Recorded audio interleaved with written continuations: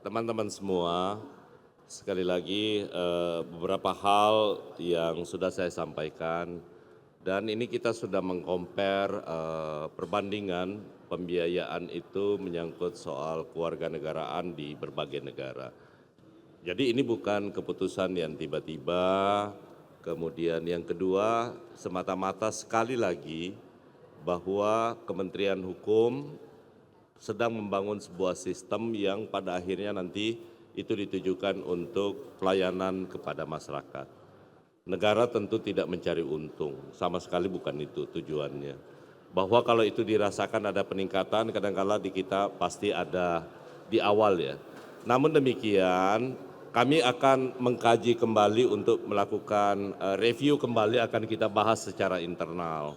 Menyangkut soal kenaikan-kenaikan yang tadi, dalam waktu dekat saya akan gelar rapat bersama dengan Direktur Jenderal AHU, dengan Dirjen Kekayaan Intelektual. Sekarang kan yang ramai di Direktorat Jenderal AHU ya, terutama soal kewarganegaraan.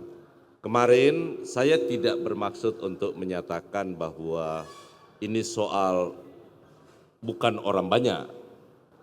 Tapi coba teman-teman boleh lihat di negara-negara lain, ya boleh teman-teman compare di negara lain. Di negara lain itu begitu mengajukan permohonan itu biasanya sudah langsung formulirnya harus dibayar loh. Ngambil formulir belum tentu disetujui. Di kita kan nggak ada. Itu kalau disetujui bayar, ya kan? Di Amerika Serikat untuk status kehilangan kewarganegaraan itu bahkan dikenain pajak keluaran. Ya, pajak keluaran. Ada beberapa negara yang gratis, kayak Jerman gratis dia. Ya kan? Di Singapura sekitar $35 sekarang. Tapi biaya-biaya yang dibutuhkan di bawahnya itu juga masih banyak dan itu seperti yang disampaikan oleh teman-teman di media sosial kan, yang kira-kira jumlahnya melebihi dari apa yang kita tetapkan sekarang. Jadi ini bukan soal, sekali lagi terutama kepada teman-teman yang ingin melepaskan kewarganegaraannya, kita bukan dalam pengertian apa ya sama sekali, itu bukan untuk menghambat, enggak, semata-mata karena satu komponen pelayanan ini tidak boleh hanya dibebankan kepada yang satu. Kita cross subsidi, ada yang kita bebaskan, ada yang kita nolkan tarifnya, tentu ada yang harus, jadi harus berimbang dia. Nah demikian pula halnya ada beberapa secara politis kita atur, kayak seperti penempatan notaris DKI yang 500. Kenapa ini kami lakukan? Satu, subjektivitasnya mencegah jangan sampai terjadi pungutan-pungutan yang memungkinkan itu dilakukan oleh oknum-oknum tertentu. Tetapi sesungguhnya ini semata-mata dilakukan agar distribusi notaris itu bisa dilakukan secara baik dan merata. Dan itu tergantung sepenuhnya kepada organisasi profesinya, yakni ini. Apakah setuju yang bersangkutan untuk pindah atau tidak. Ini bukan soal siapa yang, kalau ke Jakarta membuka sebuah, itu otomatis ada konsekuensinya. Mau buka kantor, mau apa, tentu berbeda dengan teman-teman yang berada di daerah ya. Sewa kantornya dan lain-lain sebagainya. Nah karena itu sekali lagi saya berharap Kementerian Hukum tentu akan introspeksi menyangkut soal kenaikan tarif.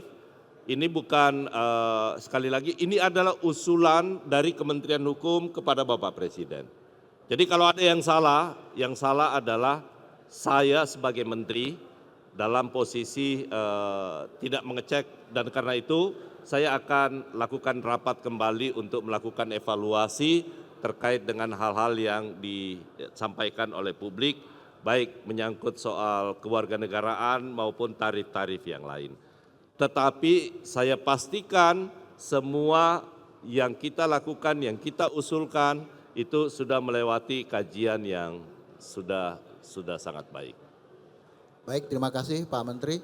Rekan-rekan ada yang ingin tanyakan ke Bapak? Silakan, Mbak.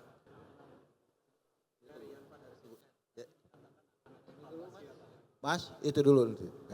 Pak, selamat pagi. Saya Yasmin dari Ayus TV. Pak, terkait dengan kriteria tadi yang dinolkan, mungkin bisa diinformasikan ke pihak media apa saja Pak kriteria? Eh, itu kan banyak sekali itemnya ya, banyak sekali. Nanti saya akan coba, yang pasti yang kita nolkan itu adalah pendaftaran pencatatan hak cipta untuk lagu dan musik. Jadi tarifnya sekarang 0%. Saya belum tahu yang lain-lainnya karena banyak sekali ya. Walaupun saya pernah baca semua, tapi kenaikan dan penurunannya ada yang naik, ada yang turun, tentu saya harus pelajari kembali. Intinya sekali lagi ini menjadi bahan evaluasi bagi Kementerian Hukum untuk mendengar apa yang menjadi suara publik ke depan. Ayo. Silakan.